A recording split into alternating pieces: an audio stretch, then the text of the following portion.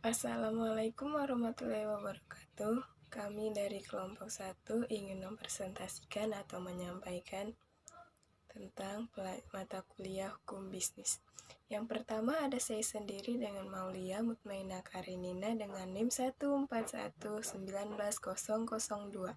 Yang kedua ada Umi Sekarwangi dengan NIM 141191003. Dan yang ketiga ada Cici Lidiani dengan NIM 141191004. Dan yang terakhir ada Usnaini 141191005. Saya akan menjelaskan tentang hukum bisnis. Pengertian hukum bisnis dari Marcus Tullius Cicero atau Romawi dalam De Legibus mengatakan bahwa hukum adalah akal tertinggi, the highest reason, yang ditanamkan oleh alam dalam diri manusia untuk menerapkan apa yang boleh dan apa yang tidak boleh dilakukan. Dari Rudolf von Gering atau Jerman dalam Der Zweck im Recht mengatakan bahwa hukum adalah keseluruhan peraturan yang memaksa atau compulsory rules yang berlaku dalam suatu negara. Van Avelder dalam Indelijk Not tot the Study van het Nederlands Recht memberikan pengertian bahwa hukum sebenarnya hanya bersifat menyamaratakan saja tergantung dari siapa yang memberikannya. Hukum terdiri dari peraturan-peraturan. Objek dari peraturan adalah perhubungan hidup menampakkan diri di dalam perbuatan atau kelakuan manusia dan bukan soal-soal pribadi atau soal dari objeknya. Dan peraturan hidup tersebut tidak berlaku untuk hewan dan tumbuhan. Ciri-ciri hukum adanya perintah dan atau larangan. Kedua, perintah dan atau larangan itu harus patuh ditaati setiap orang. Sifat dari hukum, mengatur dan memaksa. Hukum merupakan peraturan-peraturan untuk kemasyarakatan yang dapat memaksa orang supaya menaati tata tertib dan dalam masyarakat serta memberikan sanksi yang tegas atau berupa hukuman terhadap yang tidak mau patuh menaatinya. Tujuan hukum. Hukum bertujuan menjamin adanya kepastian hukum dalam masyarakat dan hukum itu harus pula bersendikan pada keadilan. Pengertian bisnis. Richard, bisnis adalah usaha dagang, usaha komersial dalam dunia perdagangan. Dari Richard Burton Simatupang menyatakan bahwa secara luas yang dijalan bisnis yang sering diartikan sebagai keseluruhan kegiatan usaha yang dijalankan oleh orang atau badan secara teratur dan terus-menerus, yaitu berupa kegiatan mengadakan barang-barang atau jasa-jasa maupun fasilitas-fasilitas untuk dipertukarkan atau disewagunakan dengan tujuan mendapatkan keuntungan. Pengertian hukum bisnis. Hukum bisnis adalah seperangkat kaidah-kaidah hukum yang diadakan untuk mengatur serta menyelesaikan persoalan-persoalan yang timbul dalam aktivitas antar manusia khususnya dalam bidang perdagangan. Hukum diciptakan untuk menjamin keadilan dan kepastian serta diharapkan dapat berperan untuk menjamin ketentraman warga masyarakat dalam mewujudkan tujuan-tujuan hidupnya. Aturan-aturan hukum dibutuhkan karena satu, pihak-pihak yang terlibat dalam persetujuan bisnis itu membutuhkan sesuatu yang lebih kuat daripada sekedar janji serta itikat baik saja. Yang kedua, adanya kebutuhan untuk menciptakan upaya-upaya hukum yang dapat digunakan seandainya salah satu pihak melaksanakan kewajiban tidak memenuhi janjinya. Etika dalam berbisnis. 1. Etik atau etika berasal dari bahasa Yunani, ethos yang berarti kebiasaan atau adat. Yang 2, etiket adalah tata krama atau sopan santun, membahas apa yang sopan dan pantas. Ketiga, etika adalah pembahasan tentang suatu perilaku berdasarkan kaidah benar, salah, baik, buruk, tepat, tidak, yang berangkat dari suatu standar penilaian tertentu yang dianggap ideal dan luhur. Etika secara umum 1. Kondisi-kondisi dasar bagaimana manusia bertindak secara etis. 2. Bagaimana manusia mengambil keputusan etis. 3. Tolok ukur dalam menilai baik atau buruknya suatu. Next, materi selanjutnya dari bab 2 yaitu hukum perjanjian. Buat pengertian sendiri, hukum perjanjian itu perbuatan yang terjadi antara satu orang atau lebih yang mengikatkan dirinya kepada satu orang atau lebih.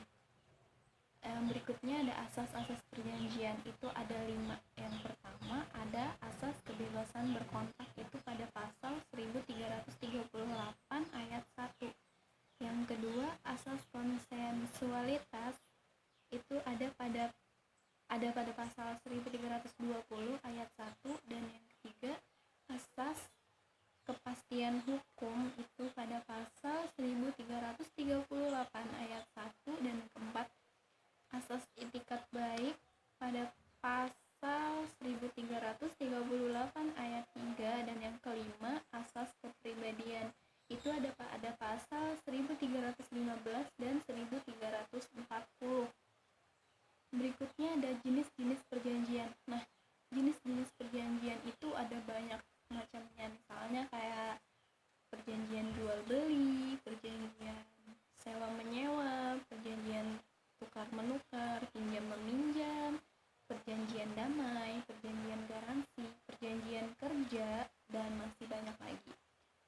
Syarat sah untuk perjanjian itu ada sepakat untuk mengikatkan diri, ada cakap, ya maksudnya cakap adalah dewasa, suatu hal tertentu, barang yang diperjualbelikan harus jelas, suatu sebab yang halal diperbolehkan dalam undang-undang. Terhapusnya perjanjian itu bisa disebabkan oleh jangka waktu berakhirnya perjanjian atau kontrak, salah satu pihak meninggal dunia, kedua belah pihak menyatakan menghentikan perjanjian karena putusan hakim, dan tujuan kontrak telah tercapai. Materi bab 3 mengenai kontrak bisnis. Kontrak berasal dari bahasa Inggris, yaitu kontrak yang memiliki arti perjanjian. Kontrak adalah kesepakatan antara dua orang atau lebih tentang suatu hal yang mengakibatkan salah satu pihak mempunyai hak terhadap yang lain. Kesepakatan bisa dibuat secara lisan dan tertulis. Pada umumnya, pada masa sekarang, kesepakatan dibentuk dalam format tertulis. Hukum kontrak adalah hukum yang mengatur tata cara, hal yang harus dipatuhi, dan penegakan kontrak itu sendiri. Hukum kontrak menetapkan garis-garis besar bagaimana kontrak tersebut akan, sedang, dan telah dilaksanakan oleh masing-masing pihak. Tahap penyusunan kontrak bisnis, prakontrak. Tahap ketiga, para pihak yang sepakat untuk terikat dalam hal tertentu mulai melakukan negosiasi awal. Langkah awal yaitu membuat nota resum pembicaraan atau intisari dari hal yang telah dibicarakan dan telah disepakati. Fungsi dari tahap prakontrak ini memudahkan pengaturan dan penyusunan kontrak yang akan dibuat. Penyusunan kontrak. Tahap ketiga, para pihak telah menuangkan poin-poin yang menjadi kesepakatan dalam sebuah kontrak yang dapat dibuat sendiri atau di bawah tangan atau dibuat secara notaris. Pasca penandatanganan kontrak, adanya hak dan kewajiban yang harus dilaksanakan setelah penandatanganan kontrak, dan jika terjadi keterlambatan dan ketidakmampuan dalam memenuhi sebagian kewajiban dalam kontrak, maka dianjurkan bagi pihak yang berada dalam kondisi tersebut untuk segera memberitahukan kepada pihak lainnya, sehingga pihak lain atau pihak tersebut mengetahui keadaan pihak yang tidak mampu memenuhi kewajiban tersebut. Apabila dalam perjanjian kontrak terjadi sengketa, penyelesaiannya yaitu 1. Musyawarah, 2. Litigasi, yaitu proses penyelesaian sengketa melalui jalur pengadilan dengan mengajukan gugatan ke lembaga pengadilan atau perselisihan atas sengketa yang dialami oleh salah satu pihak yang terkait kontrak. 3. Alternatif penyelesaian sengketa. Tata cara penyelesaian sengketa atau beda pendapat melalui prosedur yang telah disepakati oleh para pihak, yakni penyelesaian di luar pengadilan dengan cara konsultasi, negosiasi, mediasi. Sengketa atau beda pendapat perdata dapat diselesaikan oleh para pihak melalui alternatif penyelesaian sengketa yang didasarkan pada itikat baik. dengan mengesampingkan penyelesaian secara licitasi di pengadilan negeri. Materi bab 4 mengenai franchise. Franchise adalah usaha yang memberikan suatu keuntungan atau keistimewaan yang dimiliki perorangan atau suatu badan. Franchise disebut juga waralaba. Waralaba adalah hak khusus untuk sistem bisnis yang telah terbukti berhasil dan dapat dimanfaatkan atau digunakan oleh pihak lain berdasarkan perjanjian waralaba. Pemberi waralaba. Waralaba adalah orang perseorangan atau badan usaha yang memberikan hak untuk dimanfaatkan atau menggunakan waralaba yang dimilikinya kepada penerima waralaba. Penerima waralaba adalah orang perseorangan atau badan usaha yang diberikan hak oleh pemberi waralaba untuk memanfaatkan dan atau menggunakan waralaba yang dimiliki pemberi waralaba. Contoh franchise asing dengan usaha makanan yaitu McDonald's, Dunkin' Donuts, Pizza Hut, Wendy's, Starbucks, KFC, yaitu yang berasal dari Amerika Serikat. Bread Story dari Malaysia, Bread Talk dari Singapura. Contoh franchise lokal: Esteller 77, Ayam Bakar Wong Solo, Ceko, Bumbu Desa. Waralaba diselenggarakan berdasarkan perjanjian tertulis antara pemberi waralaba dengan penerima waralaba dengan memperhatikan hukum Indonesia dalam hal perjanjian sebagaimana dimaksud ditulis dalam bahasa asing. Perjanjian tersebut harus diterjemahkan ke dalam bahasa Indonesia. Waralaba harus memenuhi kriteria sebagai berikut. 1. Memiliki ciri khas usaha. 2. Terbukti sudah memberikan keuntungan. 3. Memiliki standar atas pelayanan dan barang atau jasa yang telah ditawarkan yang dibuat secara tertulis. 4. Mudah diajarkan dan diaplikasikan. 5. Adanya dukungan yang berkesinambungan. Dan 6. Hak kekayaan intelektual yang telah. Selanjutnya, resum bab 5 mengenai unsur-unsur perusahaan. Badan usaha perusahaan memiliki bentuk tertentu baik yang berupa badan hukum maupun yang bukan badan hukum. Contohnya, yang tidak berbadan hukum, perusahaan dagang atau UD firma, persekutuan komanditar atau SIPI. Contoh yang berbadan hukum, perseroan terbatas, perseroan umum, dan perusahaan perseroan dan koperasi. Kegiatan dalam bidang perekonomian terus-menerus bersifat tetap, terang-terangan, keuntungan dan atau laba, pembukuan. Selanjutnya ciri-ciri perusahaan. Adapun ciri-ciri perusahaan antara lain operatif, koordinatif, reguler, dinamis, formal, lokasi, dan pelayanan bersyarat.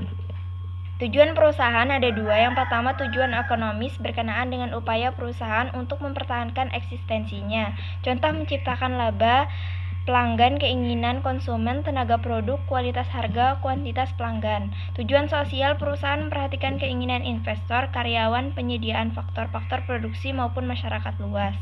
Selanjutnya diatur di manakah mengenai perusahaan itu?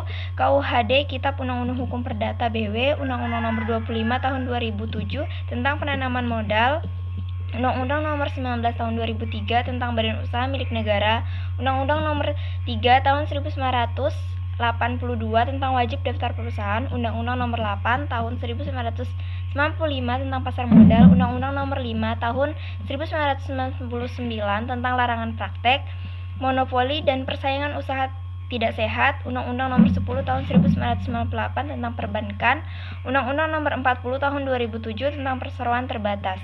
Bentuk-bentuk perusahaan. Yang pertama ada swasta. Perusahaan swasta adalah perusahaan yang seluruh modalnya dimiliki oleh swasta dan tidak ada campur tangan pemerintah. Contoh perusahaan swasta nasional, perusahaan swasta asing, perusahaan patungan atau campuran joint venture. Yang kedua, negara adalah perusahaan yang seluruh atau sebagian besar modalnya dimiliki oleh negara melalui penyertaan secara langsung yang berasal dari kekayaan negara yang dipisahkan. Contoh perusahaan umum, perum, contoh perseroan, persero. Firma diatur dalam pasal 16, 18 sampai dengan 35 KUHD. Firma adalah perusahaan yang didirikan oleh 2 orang atau lebih dan menjalankan perusahaan atas nama perusahaan. Untuk mendirikan firma terdiri dari 2 cara. Pertama melalui akta resmi, yang kedua akta di bawah tangan. Selanjutnya ada PT Perseroan Terbatas. Perseroan terbatas PT atau korporasi atau korporat, perusahaan yang memiliki badan hukum resmi yang dimiliki oleh 2 orang atau lebih dengan tanggung jawab hanya berlaku pada perusahaan tanpa melibatkan harta pribadi dan anggota pemegang saham terbatas pada saham yang dimilikinya. Selanjutnya, ketenagakerjaan. Ketenagakerjaan dapat dibagi ke dalam beberapa bagian. Yang pertama, tenaga kerja. Klasifikasi tenaga kerja ada 2. Tenaga kerja berdasarkan penduduknya, tenaga kerja berdasarkan kualitasnya. Adapun teori tenaga kerja, salah satu masalah yang biasanya muncul dalam bidang angkatan kerja seperti yang sudah dibukakan dalam latar belakang dari pemilihan judul ini adalah ketidakseimbangan akan permintaan kerja, demand for labor, dan penawaran tenaga kerja, supply of labor pada suatu tingkat upah. Selanjutnya ada peningkatan mutu tenaga kerja, yaitu ada 3. Yang pertama latihan kerja, yang kedua pemagangan, yang keempat ada perbaikan gizi dan kesehatan. Adapun cara untuk mengatasi masalah ketenaga kerjaan di Indonesia dapat melalui investasi, perbaikan daya saing, peningkatan fleksibilitas tenaga kerja, peningkatan keahlian pekerja, dan yang paling penting adalah terlaksananya hukum ketenaga kerjaan yang berlaku.